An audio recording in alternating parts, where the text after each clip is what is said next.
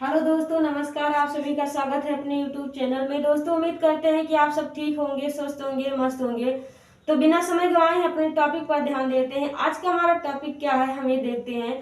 Please सामने देखिए, तभी आपको टॉपिक आसानी से समझ में आएगा।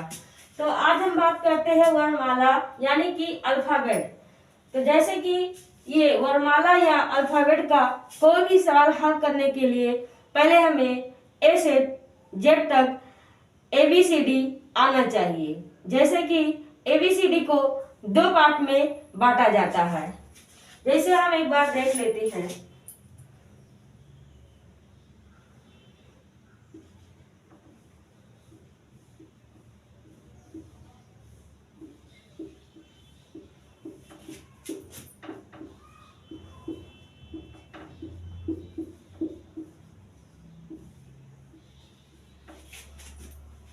ये हमारा फर्स्ट स्टेप होता है।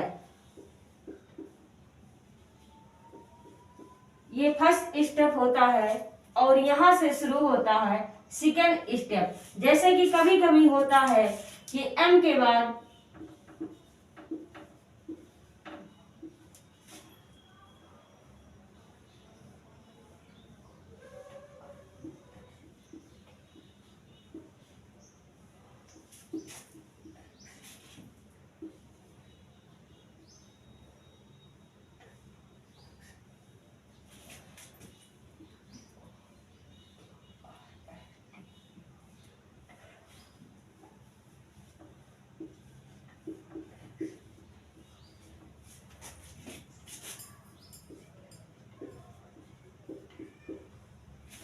जैसे कि आप देख सकते हैं कि इस प्रकार से होता है।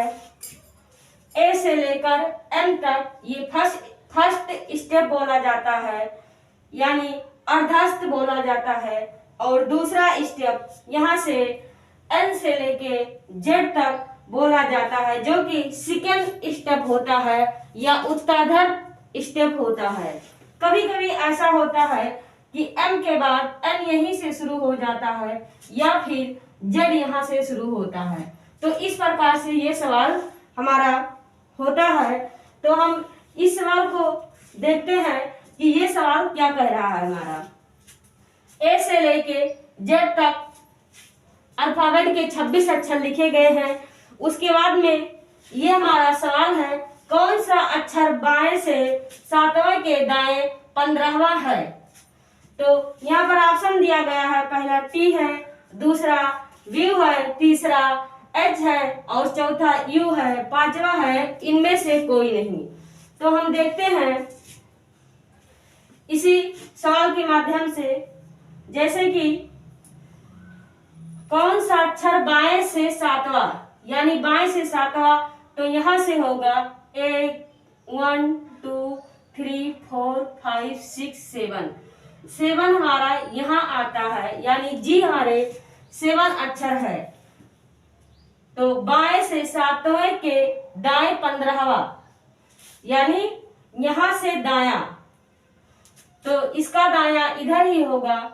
तो 1 2 3 4 5 6 7 8 9 10 11 12 13 14 15, यानी ये है 15। आप इस प्रकार से काउंट कर सकते हैं। अगर आप इस प्रकार से नहीं कर सकते हैं तो सीधा सरल और सिंपल सा बात है कि 7 और प्लस 15 कर दीजिए। टोटल कितना हो जाएगा? 22। 22 जब दोनों को प्लस कर देंगे 7 और इतने को, तो यहाँ पर 22 हो जाएगा। 22 क्या है? ये 15। तो हमारा सवाल क्या कह रहा है कि कौन सा अक्षर बाएं से सातवें के दाएं 15वां है। तो आप देख चुके हैं कि व्यू आता है। तो व्यू क्या हमारे ऑप्शन में है? पहला है T, दूसरा है व्यू। तो ये व्यू हमारा ऑप्शन सही है। तो उम्मीद करते हैं कि आपको ये टॉपिक समझ में आया होगा।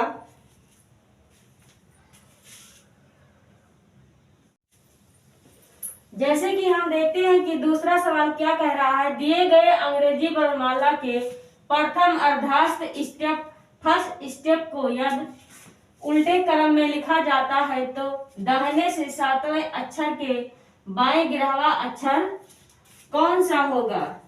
जैसे इसका कहने का मतलब ये है कि अगर हम वर्णमाला के प्रथम अर्धस्थ स्टेप को उल्टा क्रम में लिखते हैं तो दाहिने से सातवें अक्षर के बाएं बाएं गिरहवा अक्षर कौन सा होगा। तो देखते हैं हम यहाँ पर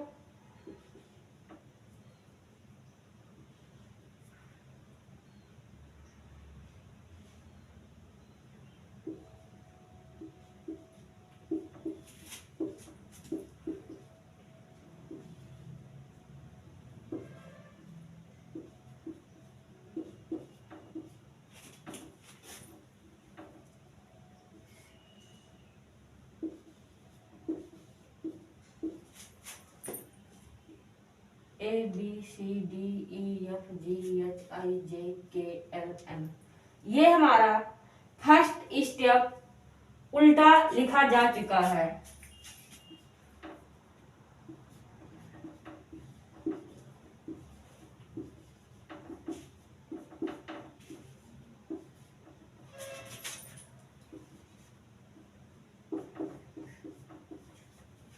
और ये दूसरा स्टेप अपने सही रूप में यानी फर्स्ट क्रम में सीधे क्रम में ही लिखा गया है। LOPQRSTUVWXYZ।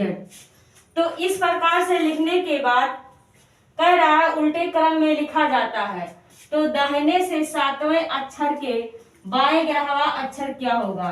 तो अब देखना है हमें दाहिने से सात,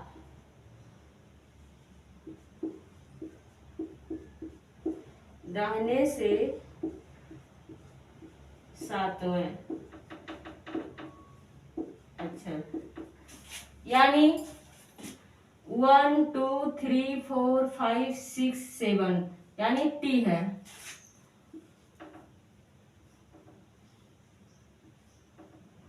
राइट से या दाएं से 7 अक्षर टी है।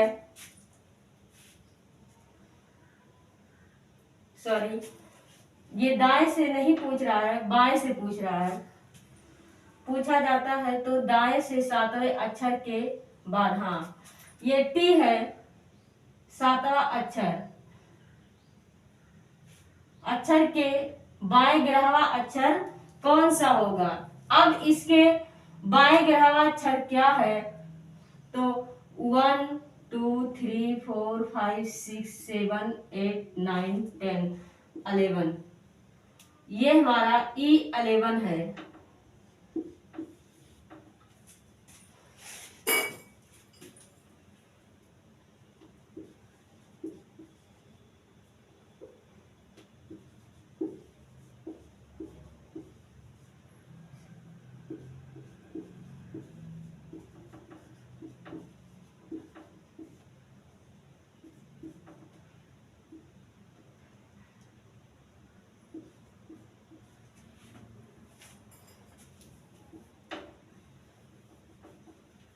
ये 7 और ये 11